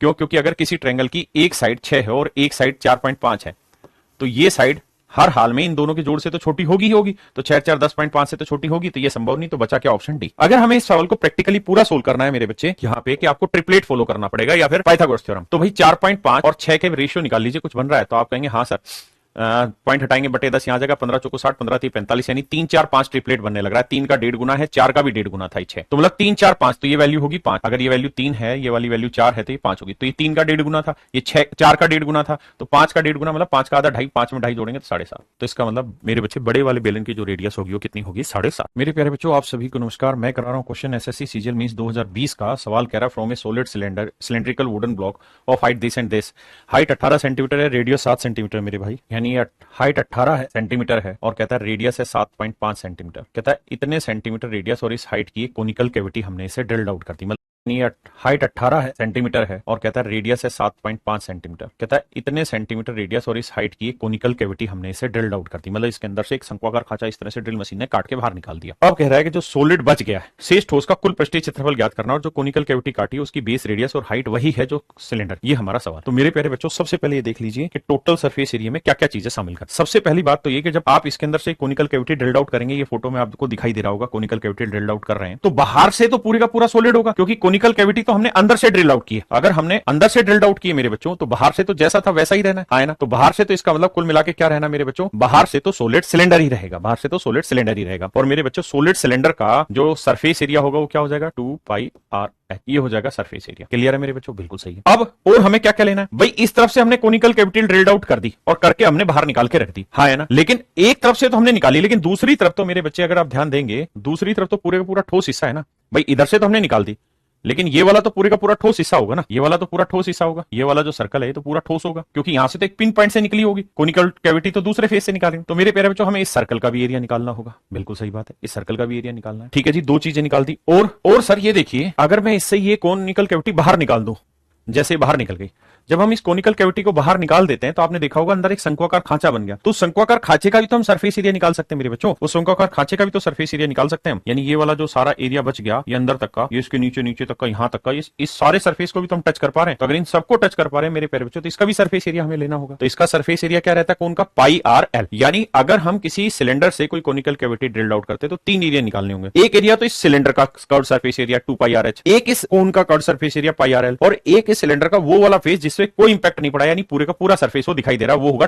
पाई आर स्क्वायर। तो मेरे प्यारे बच्चों जब हम इसका टोटल सरफेस एरिया निकाल रहे होंगे तो दो तीन चीजें जोड़ेंगे। पहली चीज, बेलन का curve surface area 2 pi R H. Second, कोन का सरफेस एरिया, कोन का सरफेस एरिया होता है curve surface area pi R L. और मेरे बच्चे क्या, तीसरा नीचे वाला फेस जिस जो पूरे का पूरा सोलिड है, तो इस पूरे सोलिड का निकालेंगे तो आएगा पाई आर स्क्वायर। अब मेरे बच्चों यहां से क्या कॉमन आ रहा है, तो आप कहेंगे सर पाई और आर कॉमन आ रहा है, तो यहां बचेगा 2h, यहां बचेगा l और यहां बचेगा r। अब मेरे बच्चों ध्यान दीजिए, हाइट है 18, रेडियस है 7.5, स्लेंट हाइट निकालनी है। मेरे बच्चों कुछ नहीं करो, आप इनका रेशियो निकाल लो, रेशियो से मदद मिल जाएगी। जैसे 7.5 और 18 का रेशियो निकालोगे तो आप जानते हैं डेसिमल हटाएंगे, बटे 10 इधर कर दो, तो 15×75, 15×12 180, यानी 5×12 13। तो ये साइड 5 है तो ये साइड 12 है, तो ये क्या होगी 13। 5×12 13 ट्रिपलेट है, तो 5 का 1.5 गुना, 12 का 1.5 गुना, 13 का 1.5 गुना, 13 का आधा होगा कितना, 6.5, जोड़ेंगे तो 19.5। तो मेरे प्यारे बच्चों इसकी स्लेंट हाइट आ जाएगी 19.5। तो पाई में रहने दीजिए। रेडियस कितनी है 7.5, हाइट कितनी है भैया 18, लेटरल हाइट कितनी है जी 19.5, और रेडियस कितनी है मेरे बच्चों 7.5। सोल्व कर देंगे, हमारा आंसर। अब मेरे बच्चों एक बात बताइए, जब आप सोल्व कर रहे होंगे तो पूरा सोल्व मत करिए, आपके पास ऑप्शन भी है, बस इतना समझिए कि पाई इंटू 7.5, आंसर सारे पाई में थे, इसे सोल्व करेंगे 36 आया। इन दोनों को सोल्व करोगे तो 20 और 7 27 आया, तो यह आया 36 जमा 27, यानी मल्टीप्लाई करोगे तो पाई इंटू 7.5 इंटू 63। इतनी बेसिक कैलकुलेशन है। अब आप देखिए कि आपको ऑप्शन क्या दिए हुए, तो मेरे बच्चे ध्यान से देखोगे तो 4 ऑप्शन है, ये बिना पॉइंट के हैं, इसमें 0.25 है, इसमें 0.25 और इसमें 0.5। अब एक बात सोच के बताइए कि अगर आंसर सारे ही पाई में है, अगर आंसर सारे ही पाई में है और ये मेरे प्यारे बच्चों एक विषम संख्या है, ओड नंबर है, तो किसी भी ओड नंबर को 7.5 से मल्टीप्लाई करेंगे ना तो लास्ट में आंसर में भी 0.5 ही रह जाएगा और कुछ नहीं होगा। तो आपको चेंज नहीं करना, गुना नहीं करना, बस इतनी बेसिक कैलकुलेशन को पकड़ना था कि भाई लास्ट में 0.5 रह जाएगा, और 0.5 केवल ऑप्शन डी में रखा है, बी और सी में तो 0.25 रखा, और ऑप्शन ए इसलिए कट गया क्योंकि ये बिना पॉइंट का है। और जब हम सोल्व कर रहे हैं तो ये वाली वैल्यू हमारी 7.5 बनी। हाँ, अगर इसका जोड़ इवन नंबर होता तो इवन को गुना करके हो सकता आखिर में 0 बन जाए, हाँ है ना इस केस में। लेकिन मेरे प्यारे बच्चों ये ओड नंबर है और ये 7.5 है, तो 7.5 को ओड से मल्टीप्लाई करेंगे तो यूनिट डिजिट पॉइंट का 5 ही रहेगा। देखिए मेरे प्यारे बच्चों, ये सवाल है सीडीएस 2018, लेकिन विश्वास मानिए सीडीएस 2018 में ही नहीं, एसएससी सीजीएल में भी ये क्वेश्चन पूछा जा चुका है, एनडीए में भी ये क्वेश्चन पूछा जा चुका है। ये सबसे हॉट क्वेश्चन आज के टाइम में, और हो सकता है आपके आने वाले एग्जाम में क्वेश्चन डायरेक्ट मिल जाए। मेरे प्यारे बच्चों सवाल में कह रहा है 2x ऊंचाई वाला एक बेलन है और 2x ऊंचाई का ही एक गोला है, गोले के अंदर हमने बेलन को डाल रखा है, तो गोले और बेलन दोनों के पृष्ठीय क्षेत्रफलों का अनुपात ज्ञात करना है। देखिए यार 3D फिगर के थ्रू आपको समझाने की कोशिश करता हूं। मेरे प्यारे बच्चों ध्यान पहली बात पे ये देना कि ये मेरे बच्चे गोले और बेलन दोनों का ही सेंटर होगा पक्का, तो यहां से ये जो डिस्टेंस होगी ना ये गोले की रेडियस होगी, और यहां से यहां का जो ये गैप होगा ये इस बेलन की रेडियस होगी, और ये पूरी हाइट जितनी भी होगी उसकी आधी हाइट होगी ये। तो सारा गेम ही इस ट्रिपलेट के थ्रू सेट होना, और किसी चीज से गेम सेट होना ही नहीं है। तो आइए जरा समझने की कोशिश करते हैं। ये गोले के अंदर रखा हुआ गोला जो है वो इसके इन किनारों पे इसे टच करेगा, इन किनारों पे इसे टच करेगा मेरे बच्चे, इन किनारों पे इसे टच करेगा, समझ में आ रही है, इन किनारों पे इन्हें टच करेगा। तो इन किनारों से ये जो डिस्टेंस होगी भाई गोले के केंद्र से किसी भी बिंदु की दूरी रेडियस कहलाएगी, हाँ है ना। आइए मेरे बच्चे समझते हैं सवाल को 2D फिगर के थ्रू। देखिए यार ये कोई बेलन है ये वाला, और ये पूरे किसी गोले में डला हुआ, तो कहता है भैया गोले की भी रेडियस 2x है, ठीक है जी, और बेलन की भी रेडियस ना, बेलन की हाइट कितनी दे रखी है 2x, तो अगर हाइट 2x है तो ये लेंथ x हो जाएगी। तो मेरे बच्चे ट्रिपलेट लगाओगे राइट एंगल ट्रायंगल का, तीन साइड निकालोगे तो आएगा √3x, आप कहोगे हाँ जी। अब मेरे बच्चे आपके पास रेशियो आ गया, जरूरत क्या, अब उसने पूछा लेटरल सरफेस एरिया या टोटल सरफेस एरिया, जो मर्जी ले लीजिए। तो मेरे बच्चे सवाल ने हमसे पूछा क्या है, तो हमसे पूछा बेलन का वक्र पृष्ठीय क्षेत्रफल और गोले का पृष्ठीय क्षेत्रफल। तो देखिए यार बेलन का वक्र पृष्ठीय क्षेत्रफल क्या होगा 2 पाई RH, आर की वैल्यू बेलन की रेडियस कितनी है √3, और हाइट कितनी हो गई 2। आप कहें x क्यों नहीं ले, क्योंकि मुझे रेशियो की जरूरत थी, मुझे x की जरूरत ही नहीं थी। और बेलन का वक्र इसका गोले का क्या हो गया 4 पाई R स्क्वायर, आर की वैल्यू, बेलन की रेडियस कितनी है मेरे बच्चे, 2x यानी 2, तो 2 का स्क्वायर 4। आइए मेरे भाई सोल्व करते हैं। 4 पाई से पाई काटा, 2 दूनी 4 से 4 काटा, तो आंसर आया √3:4। मेरे प्यारे बच्चों आप सभी को नमस्कार। ये सवाल है सीडीएस 2022 पेपर फर्स्ट का, बहुत ही जबरदस्त सवाल है। कहता है 14 सेंटीमीटर भुजा वाले घनाभाकार ढांचे के ऊपर 7 सेंटीमीटर त्रिज्या वाला एक अर्धगोला रखा गया है। इस प्रकार बनी आकृति का कुल पृष्ठीय क्षेत्रफल ज्ञात करना है। टोटल सरफेस एरिया निकालना है पूरी फिगर का। मैं 3D फिगर के थ्रू समझाने की कोशिश करता हूँ। मेरे प्यारे बच्चों अगर आप ध्यान दे रहे होंगे इसमें, तो आपको ये दिखाई दे रहा होगा कि कुल मिला के 5 सरफेस आपको दिखाई दे रहे होंगे साफ सुथरे से। एक सरफेस तो नीचे वाला, एक सरफेस तो नीचे वाला, उसका 2, 3, 4 और ये 5 सरफेस है। भाई कोई भी क्यूब होता है तो 4 तो उसकी दीवारें होती हैं, एक उसका बॉटम होता है और एक उसका टॉप होता है। तो मैं कह रहा हूं 4 दीवारें तो ये हो गई, एक बॉटम हो गया, तो 5 फेस तो साफ साफ दिखाई दे रहे हैं और हर एक उसकी साइड की लेंथ कितनी रखी, 14 सेंटीमीटर। तो मेरे बच्चों अगर हर एक की लेंथ 14 सेंटीमीटर होगी, हर एक फेस की लेंथ 14 सेंटीमीटर होगी मेरे बच्चों, तो इन हर एक फेस का जो सरफेस एरिया है वो बड़ी आसानी से निकल जाएगा, क्योंकि हर एक फेस क्या रहता है, स्क्वायर नुमा शेप होता है ना। और 5 फेसेज हुए तो 5 फेसेज का सरफेस एरिया हो जाएगा 5 स्क्वायर। बिल्कुल सही है, 5 स्क्वायर बच जाएगा। अब मेरे बच्चों बचा कर, तो सर बचा वो हिस्सा जो इसके ऊपर वाला है, यानी ये वाला। अगर आप ध्यान से देख रहे हो तो ये वाला हिस्सा बचा सर। अब एक तो ये गोले का सरफेस एरिया आपको निकालना है, दूसरा सर जी ये वाला जो हिस्सा है इसको भी तो देख पा रहे हो ना आप, तो इस वाले हिस्से का भी एरिया निकालना होगा, इस वाले हिस्से का भी एरिया निकालना होगा, इस वाले हिस्से का भी एरिया निकालना होगा, इस वाले हिस्से का भी एरिया निकालना होगा। ये मेरे प्यारे बच्चों मेरा टोटल सरफेस एरिया बनेगा, और उसके बाद इस गोले का एरिया, उसके बाद मेरे बच्चों इस गोले का एरिया। क्या मेरी बात समझ पाए? इस गोले का एरिया, तो ये आधा गोला है, तो आधे गोले का सरफेस एरिया क्या होता है भाई, पूरे गोले का सरफेस एरिया होता है 4πr², तो आधे गोले का सरफेस एरिया आ जाएगा 2πr²। तो मेरे प्यारे बच्चों सबसे पहले तो करेंगे 5a², 5 दीवारों का एरिया, तो वो हो जाएगा 5, ए की वैल्यू है 14, प्लस सबसे ऊपर एक अर्धगोला दिखाई दे रहा है, अर्धगोले का एरिया, अर्धगोले का एरिया क्या होगा सर, वो हो जाएगा 2πr²।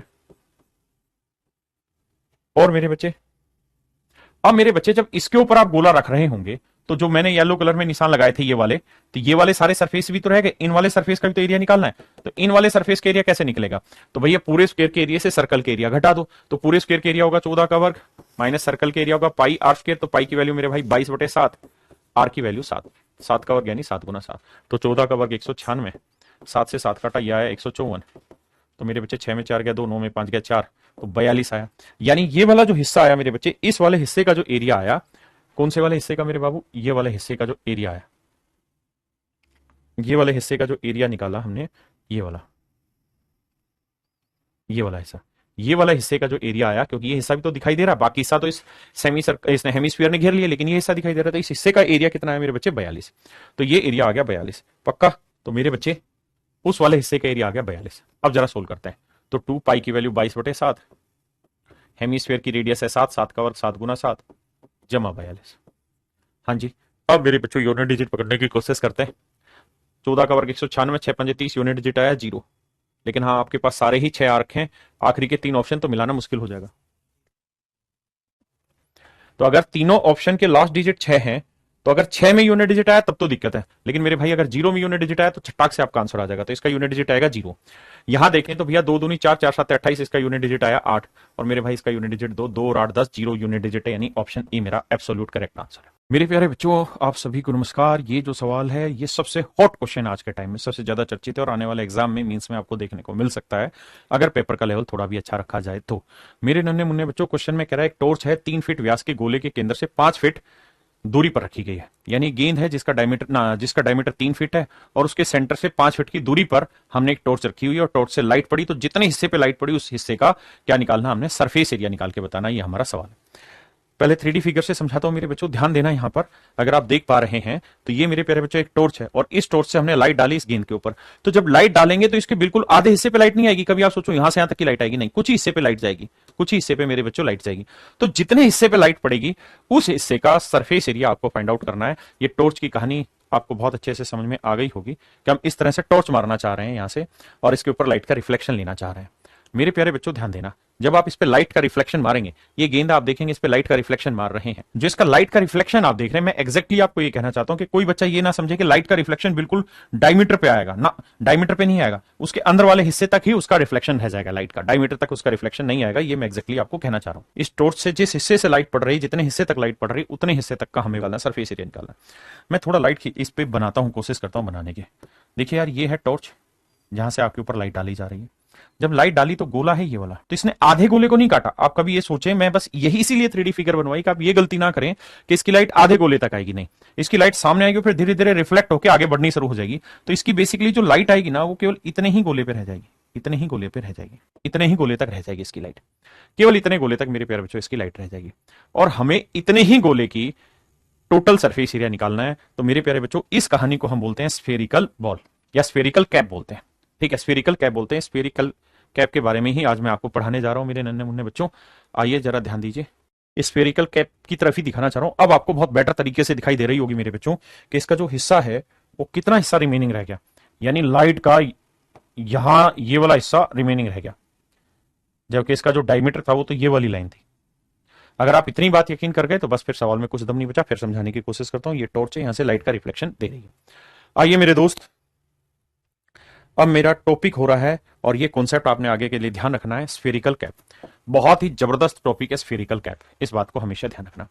मेरे प्यारे बच्चों, अगर कोई गोला है, कोई गोला है और उस गोले में एक सर्कल बना दिया जाए, ऐसे एक सर्कल बना दिया जाए, सर्कल काट दिया जाए मेरे भाई, एक ऐसे सर्कल काट दिया जाए और सर्कल से ऊपर का जो हिस्सा बच गया, ये जो हिस्सा बच गया मेरे प्यारे बच्चों, ये कहलाता है स्फेरिकल कैप। ये कहलाता है स्फेरिकल कैप। ये मेरे प्यारे बच्चों कहलाता है स्फेरिकल कैप, अगर आप समझ पाए तो। हाँ जी।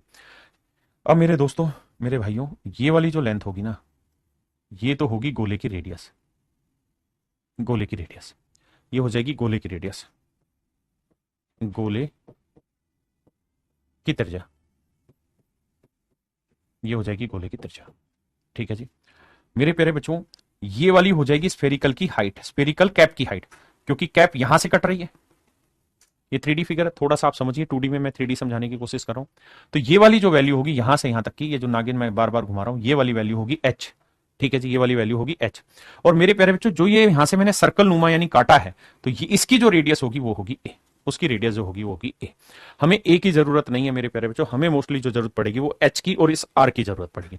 तो मैं तीनों चारों कहानियों से एक सवाल के थ्रू आपको समझा रहा हूं। आइए, दो फार्मूले आप याद रखिए कि अगर स्फेरिकल कैप दे रखी हो और स्फेरिकल कैप की हाइट दे रखी हो और गोले की रेडियस दे रखी हो, तो वॉल्यूम कैसे निकालते हैं, pi H square by 3 R minus H.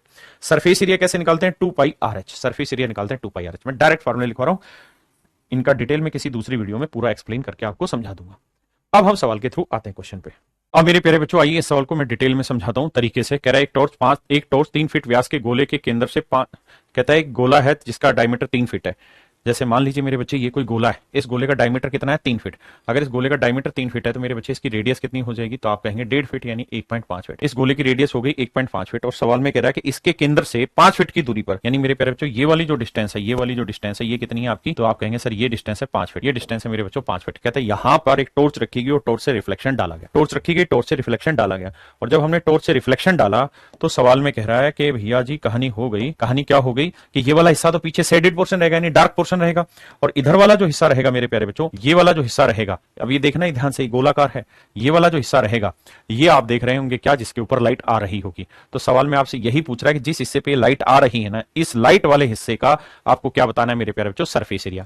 अब मैंने आपको स्पष्ट रूप से समझाया है मेरे बच्चों क्या, कि ऐसे सवाल में आपको एक ही काम करना है कि ये जो सर्कल बना हुआ है इसके अंदर, इस सर्कल से ये वाली इसकी हाइट कितनी, बस ये मेजर पार्ट है, ये निकाल दीजिए। उसका तो सीधा फार्मूला है। फार्मूला क्या है एरिया का, तो सर एरिया का फिर फार्मूला हो जाता है 2 पाई आर एच। लिखवाया था 2 पाई आर, ये एक स्फेरिकल कैप तैयार हो जाता है। ए लिखवाया था मैंने यहां से यहां तक की लेंथ, लेकिन इस ए की जरूरत आपको अभी नहीं है, सिर्फ एच की जरूरत है।